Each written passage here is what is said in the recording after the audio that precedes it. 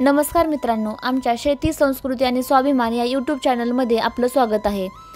तर आज आपण बोलणार आहोत एका अशा व्यवसायाबद्दल जो ग्रामीण भागात कमी गुंतवणुकीत सुरू करता येतो आणि चांगला नफाही मिळवून देतो, तो म्हणजेच शेळी पालन। शेळी पालन हा छोट्या शेतकऱ्यासाठी आणि महिलांसाठी अतिशय चांगला पर्याय आहे। चला तर मग सविस्तर माहिती घेऊया। तर मित्रांनो, चला बघूया शेती पालन का करावे। शेळीच्या मांसाला भरपूर मागणी आहे, मग ती बाजारात व धार्मिक सणामध्येही असो। शेळीपासून केवळ मांसच नाही तर दूध, शेणखत आणि कातडी यांचा देखील उपयोग होतो। देखभाल करणे सोपे असते, गाई म्हशींपेक्षा खर्चही कमी लागतो। कमी जागेतही शेतीपालन करू शकतो। स्त्रिया, लहान शेतकरी किंवा बेरोजगार तरुण यांच्यासाठी हा एक उत्तम व्यवसाय आहे। तर बघूयात शेळी पालनासाठी प्रारंभिक गुंतवणूक कशी असावी। यासाठी जागा ही 1000 स्क्वेअर फूट जागा पुरेशी आहे। त्यासाठी शेड तयार करावे लागते। शेड तयार करण्यासाठी बांबू, टीन, लाकूड वापरूनही कमी खर्चात आपण शेड उभारू शकतो।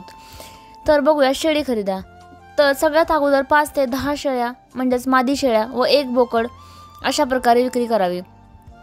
प्रति शेळीची किंमत 4000 ते 7000 एवढ्यापर्यंत असते। त्यासाठी लागणारे काही खाद्य व्यवस्था म्हणजेच हिरवा चारा, कोरडा चारा आणि काही खनिज मिश्रण। चला तर मग थोडक्यात आपण शेळीच्या जातीची माहिती बघूयात। शेळी ह्या 4-5 प्रकारच्या शेळ्या असतात, म्हणजेच जमुनापरी शेळी ही दूध आणि मांस या दोन्हीसाठी उपयोगी ठरते। दुसरी म्हणजेच बोर, ही फक्त मांसासाठी अतिशय चांगली समजली जाते।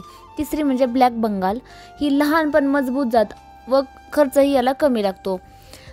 दुसरा म्हणजे सिरोही, बार्बरी आणि उस्मानाबादी, ह्या महाराष्ट्रात शेती पालनासाठी योग्य जाती मानल्या जातात।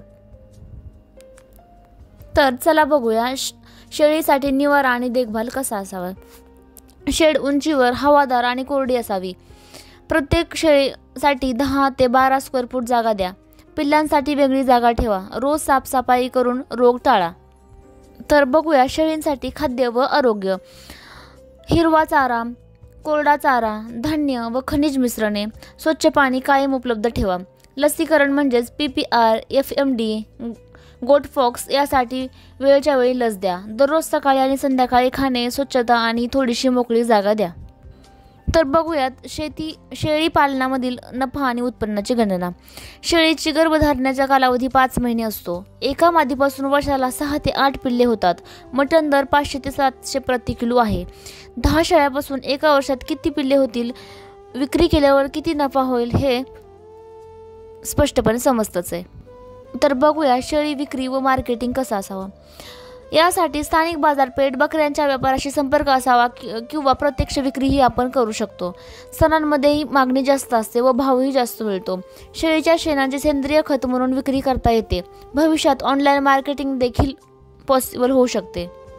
तर आता बघूयात आपण शेळी पालनासाठी काही सरकारी योजना व मदत। त्यामध्ये योजना म्हणजेच नाबार्ड कर्ज योजना, ही योजना शेळी पालनासाठी विशेष योजना आहे। दुसरी म्हणजे पशुसंवर्धन विभाग, यामध्ये लसीकरण, मार्गदर्शन आणि प्रशिक्षण मिळते।